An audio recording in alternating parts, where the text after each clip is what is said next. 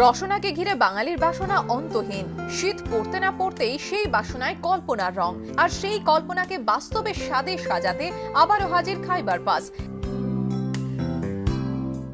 দেশে বিদেশি বাহারি খাবারের গন্ধে মম করছে সাউথ সিটির কাছে তালতলা মাঠ।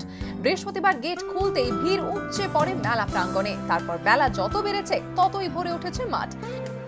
বাঙালি যে খাওয়ার ব্যাপারে সবচেয়ে বেশি উৎসাহী সে বোঝা যাচ্ছে, এবং সত্যি ভালো ভালো জিনিস প্রোডাক্ট থাকে। আপনাকে মেলার মাঠে পেয়েছি, কি কি পছন্দ? পছন্দ তো মিষ্টি, প্রথম কথা। মিষ্টি বাদ দিলে কোন স্বাদটা চেখে দেখবেন আজকে? মিষ্টি বাদ দিলে কাবাবটা একবার চেখে দেখবো। ব্রেকফাস্ট থেকে লাঞ্চ, সন্ধ্যে স্ন্যাক্স থেকে ডিনার, চোখে দেখা চেখে দেখা, সাধারণ মানুষের সঙ্গে মিলেমিশে একাকার তারকারাও। এটা রসগোল্লার লঙ্কা কাণ্ড, তার কারণ আমি গ্রিন চিলি রসগোল্লা খাচ্ছি।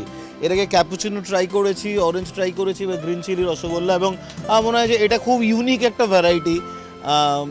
আমার মনে হয় লোকেরা এটা খুব পছন্দ করবে।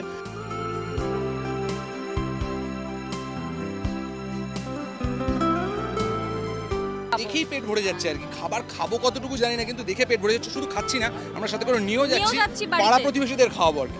ইলিশ নিয়ে একটা কাড়াকাড়ি চলছে, প্রচুর ইলিশ নিয়ে কাড়াকাড়ি হচ্ছে, এবং তার মধ্যে আমি তাদের সঙ্গে কথা বলে দেখবো কিরম লাগলো ইলিশটা। অপূর্ব অপূর্ব, তার আবার দাদার যে বেকার দাদার হাতে খেতে আরো ভালো লাগলো।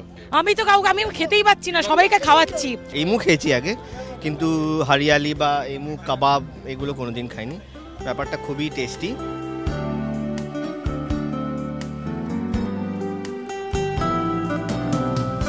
অলরেডি ঢুকে পড়েছি, এবং আমি প্রথমে এসে অক্টোপাসের খোঁজ করেছি, কারণ এটা রিয়েলি মানে কলকাতার সব জায়গায় পাওয়া যায় না। স্পেশালি শীতকালে পিঠেপুলি এইটা না খেলে মনে হয় যেন শীতের উৎসবটাই আমরা করলাম না, শীতটাকে ঠিকভাবে আহ্বানই করলাম না। সুতরাং পিঠের কামড় তা না হলে খেতে জমবে না। পেট পুজোর মাহেন্দ্রক্ষণ বেলা 12টা থেকে রাত 9:30 চলবে 29শে জানুয়ারি পর্যন্ত, অর্থাৎ আগামী রবিবার পর্যন্ত। রইল সবার আমন্ত্রণ।